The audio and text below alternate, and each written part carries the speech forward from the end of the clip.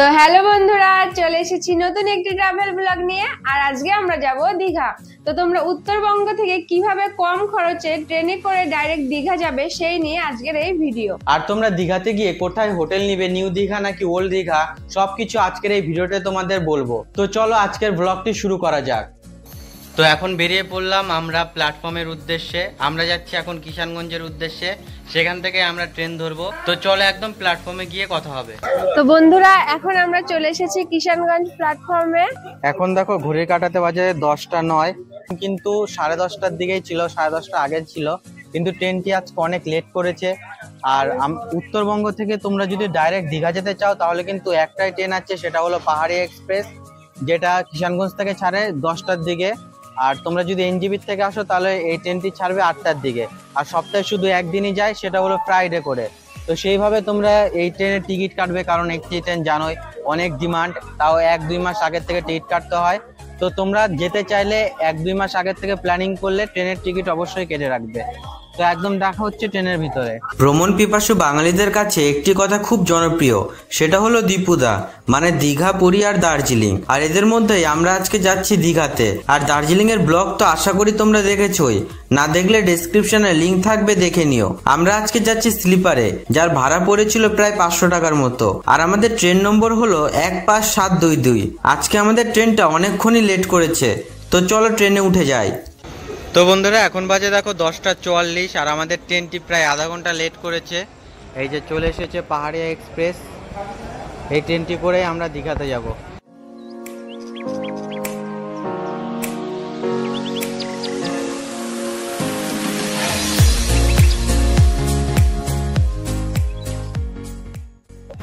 তো বন্ধুরা, এখন আমরা ট্রেনে উঠে পড়েছি। আর এখান থেকে দীঘা যেতে 13 থেকে 14 ঘন্টা সময় লাগে। তো এখন আমরা ঘুমাবো, দেখা হচ্ছে কালকে সকালে। তো বন্ধুরা, এখন সকাল হয়ে গেছে, এখন বাজে দেখো 5টা 51। আর আমরা চলে এসেছি প্রায় ব্যান্ডেল জংশনের কাছাকাছি। এই ট্রেনটি 7:30টার দিকে হাওড়াতে ঢুকবে, সেখানে গিয়ে দেখি কোনো ব্রেকফাস্ট করা যায় নাকি। তো আমিও উঠে পড়েছি ঘুম থেকে। আর আমার চোখ মুখ দেখে বুঝতেই পারছো, রাত্রে একটুকু ঘুম হয়নি। ট্রেনে জার্নি করলে তো এমনই হয়। আর এটা হলো আমার এই প্রথম এত বড় ট্রেন যাত্রা। এর আগে আমি 2-3 ঘন্টার বেশি ট্রেনের থাকিনি। আর এই প্রথম 13 থেকে 14 ঘন্টা পুরো ট্রেনে থাকতে হবে। আমরা এদিকে ব্যান্ডেল জংশনে চলে এসেছি, দেখতে পাচ্ছ সামনে প্ল্যাটফর্ম ব্যান্ডেলের। তো চলো একদম হাওড়া জংশনে গিয়ে আবার দেখা হবে। তো এখন আমরা চলে এসেছি হাওড়া স্টেশনে। আর এখানে ট্রেনটি 10 মিনিটের মতন দাঁড়াবে। হাওড়া স্টেশন থেকে আমাদের ট্রেনটি পাক্কা 8টার দিকে ছেড়ে দিয়েছে। আর যেহেতু আমাদের ট্রেনটি মেন স্টেশনের থেকে অনেকটা দূরে দাঁড়িয়েছিল, তার জন্য সেখানে আমরা তেমন কোনো ব্রেকফাস্ট পাইনি। তাই বাড়ি থেকে আনা অল্প রুটি সবজি দিয়ে ব্রেকফাস্ট সেরে নিলাম এবং চলতে থাকলাম আমাদের গন্তব্যের দিকে।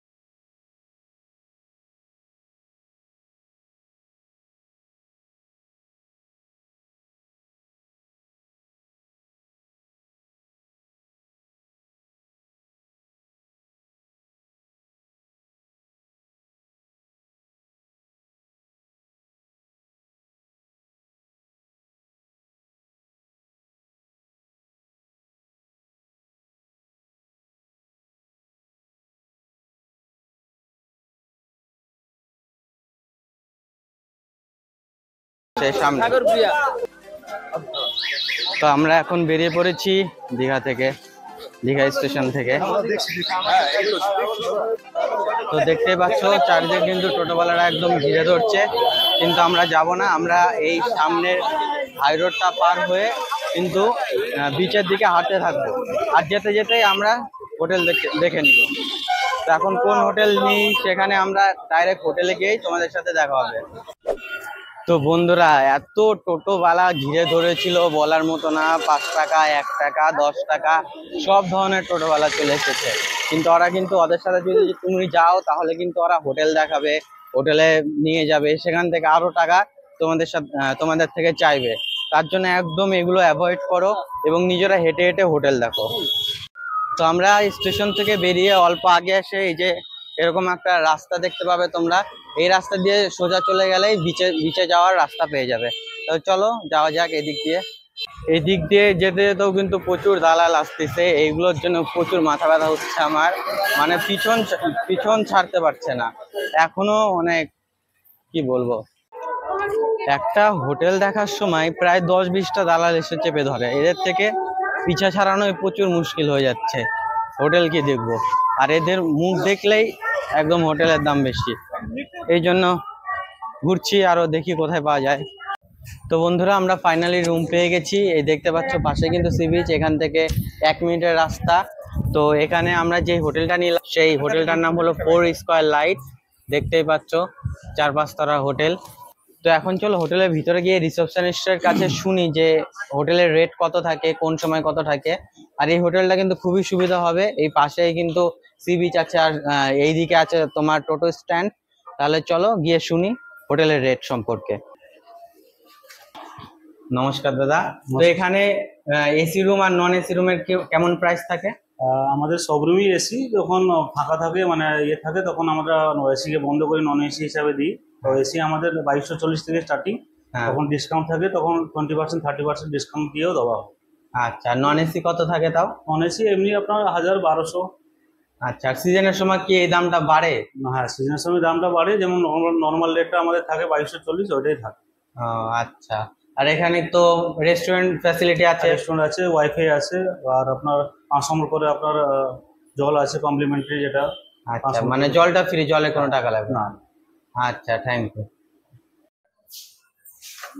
তো এই যে হলো আমাদের রুম, এই যে বেড, এখানে বসার জন্য সোফা রয়েছে, আর এদিকে একটা ওয়ার্ড্রোবও রয়েছে জামা কাপড় রাখার জন্য।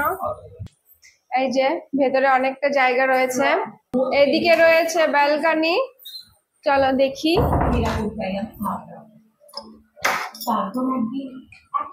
ব্যালকনির থেকে ভিউটা ঠিক এরকম দেখতে। আর এদিকে হচ্ছে বাথরুম, বাথরুমটা দেখাই। খুবই বড়। এই যে শাওয়ার, এই যে মিরর, আর বাথরুমটা পরিষ্কার পরিচ্ছন্ন একদম, বড় রয়েছে অনেক। তো বন্ধুরা, আমরা রেডি হয়ে গেছি বিচে যাওয়ার উদ্দেশ্যে। এখন দেখি আগে গিয়ে আমরা একটু লাঞ্চ করব, তারপর বিচের দিকে যাব। আর যদি জোয়ার থাকে তাহলে তো স্নান করতে পারবো না, কিন্তু যদি ভাটা থাকে তাহলে স্নান করবো আজকে। তো চলো যাওয়া যাক। তো এখন আমরা বেরিয়ে পড়েছি হোটেল থেকে, এখন কিছু খাবো তারপর বিচে যাব। তো বন্ধুরা, আমরা এখন লাঞ্চ করে বেরোলাম। আর এখানে ভেজ থালি ছিল 60 টাকা এবং মাছ দিয়ে খেলে 80 টাকা ছিল, আর এক থালি ছিল 70 টাকা। তো বন্ধুরা, এখন তোমাদের দিদি জীবনে প্রথমবার সমুদ্র দেখতে চলছে।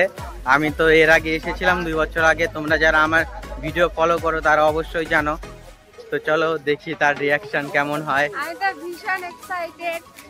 চলো যা যাক। এই সামনেই কিন্তু বিচ, ওই যে সবাই দাঁড়িয়ে আছে দেখতেই পাচ্ছ। তো চলো যাই ধীরে ধীরে। এই যে তোমাদের দিদি আসছে সমুদ্র দেখতে। কেমন লাগতেছে সমুদ্র দেখতে?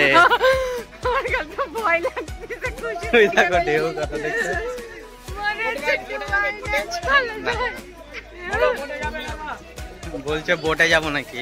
না, এখন বোটে যাওয়ার কোনো ইচ্ছা নাই এখন। না দাদা, এখন না, আগে যাই দেখি, স্নান শুরু করি। এই দেখো। তো দেখতেই পাচ্ছ বন্ধুরা, এখন ভাটা চলছে, আমরাও নামবো সমুদ্রের মধ্যে। স্নান করার জন্য। তো চলো ধীরে ধীরে যাই, অনেকে কিন্তু বোট নিয়েও যাচ্ছে।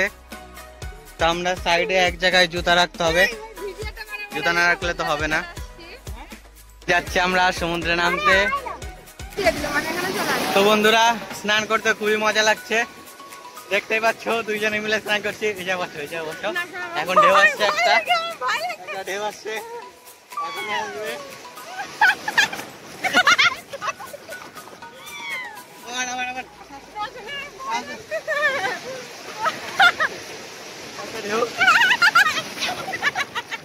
জোয়ার চলে আসছে, আর বেশিক্ষণ থাকবে না। তার একটা ঢেউ দেখতে পাচ্ছি। যা স্নান করো। কেন ভয় লাগে? কিচ্ছু হবে না, কিচ্ছু হবে না, যাও যাও যাও যাও। এই যে এই ঢেউটা মজা নাও, মজা নাও। আরে আরে কিচ্ছু হবে না, এখানে ভয় কি হলো? কিচ্ছু হবে না, তুমি যা বুঝবা তো। চলো এই যে ঢেউটা, এখানে এখানে বসো। আমি বসতে পারবো না, শোনো আমি ডুবে যাবো। কিচ্ছু হবে না, বসো বসো বসো বসো বসো বসো, ভিডিও হচ্ছে। আরে কিচ্ছু হবে না, বসো না। আঁঠু জলে কেউ ডোবে নাকি? দাঁড়াও দাঁড়াও দাঁড়াও দাঁড়াও, ঢেউ আসবে। তো আমাদের স্নান এখানে কমপ্লিট। এখন যাব হোটেলে, হোটেলে গিয়ে ফ্রেশ হবো। আর এরপরে অনেক ইন্টারেস্টিং ব্লগ থাকবে, তোমরা দেখতে থাকো এবং চ্যানেলটাকে ফলো করতে থাকো। আর অবশ্যই সাবস্ক্রাইব করে বেল আইকনে ক্লিক করে রাখবে।